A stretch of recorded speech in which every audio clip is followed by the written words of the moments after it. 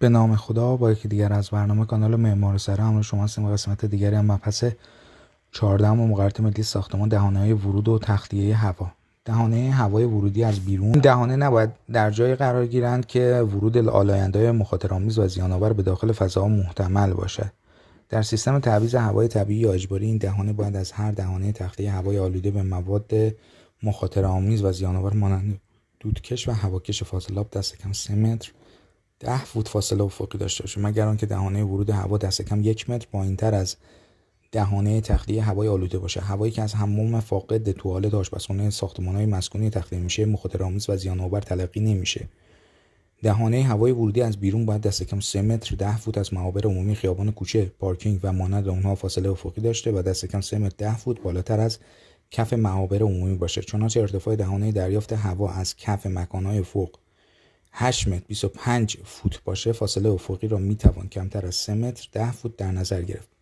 این دهانه باید دست کم 3 متر 10 فوت از ساختمان مجاور فاصله افقی داشته باشه.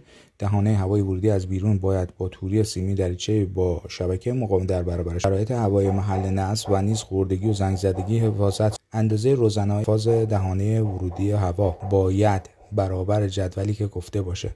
اندازه روزنه توری حفاظ دهانه ورودی هوا. نوع دهانه ورودی، اندازه روزنه توری میلیمتر. دهانه ورودی هوا در ساختمان مسکونی ها داریم کمینش و بیشینش. دهانه ورودی هوا در ساختمان مسکونی کمینش اندازه روزنای توری به میلیمتر 6.5 میلیمتر کمینش و بیشینش 13 میلیمتر. دهانه ورودی هوا در دیگر ساختمان ها در واقع اندازه روزنه توریش 6.5 متر کمینشه و بیشینش هم 26 میلیمتر. 1 میلیمتر مساوی با 394 دههزارم اینچ. در ساختمانی که در معرض خطر سیل قرار داره، دهانه ورود هوا باید بالاتر از تراز سیل احتمالی قرار گیره.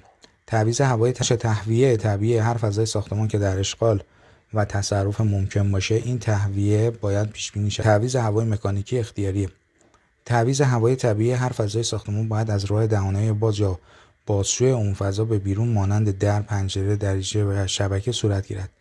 مکانیسم باز و بست و تنظیم چنین بازشوهایی باید در دسترس کنترل باشه. سطح بازشوی دهانه هر فضا به هوای خارج باید دست کم 4% سطح زیربنای فضایی باشه که هوای اون با تهویه طبیعی تعویض میشه. هر فضایی که دهانه بازشوی مستقیم به هوای بیرون نداره، از راه فضای مجاور تعویض هوای طبیعی شود. دهانه بازشوی بدون مانع بین این دو فضا باید دست کم 8% سطح زیربنای فضای مورد نظر باشه و به هر روی ممیز 300 متر مربع 230 سانتی متر مربع 25 فوت مربع کمتر نباشه. سطح دهانه بازشوی فضای مجاور به هوای بیرون باید با توجه به سطح زیربنای کل هر دو فضا محاسبه و تعیین شود. یک بازشوی خارجی میتونه به یک پاسیو باز شود، ولی سطح بازشوی بین پاسیو و فضا نباید از 8% سطح زیربنای فضا کمتر. در این حالت سطح بازشوی باید دست کم 1.9 متر مربع 20 فوت باشه و سطح بازشوی پاسیو به هوای بیرون باید با توجه به مجموع سطح زیربنای پاسیو و فضای محاسبه شود. تعویض هوای طبیعی فضای واقع در زیرزمین میتونه از راه یک دهانه بازشوی قائم و یک دهانه بازشوی افقی به هوای بیرون انجام شود.